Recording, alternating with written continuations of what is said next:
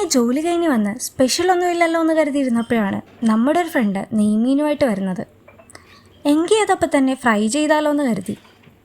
മാരിനേഷന് വേണ്ടിയിട്ട് മുളക് പൊടി, മഞ്ഞൾപ്പൊടി, കുരുമുളക് പൊടി, ഉപ്പ്, കുറച്ച് മസാലയും വെളിച്ചെണ്ണയും കൂടി ചേർത്ത് നല്ലൊരു പേസ്റ്റ് പ്രിപ്പയർ ചെയ്യാം. ഇനി ഈ പേസ്റ്റ് മീനിലോട്ട് നല്ലപോലെ തേച്ച് പിടിപ്പിക്കാം.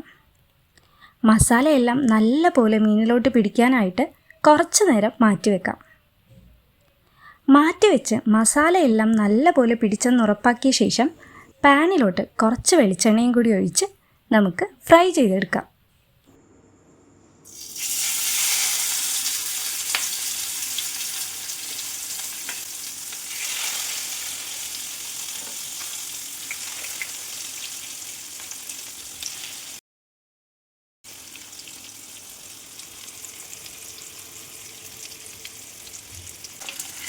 രണ്ട് തണ്ട് വേപ്പിലയും കൂടി ചേർത്ത് രണ്ട് വശവും നല്ലപോലെ മൊരിയിച്ചെടുക്കാം.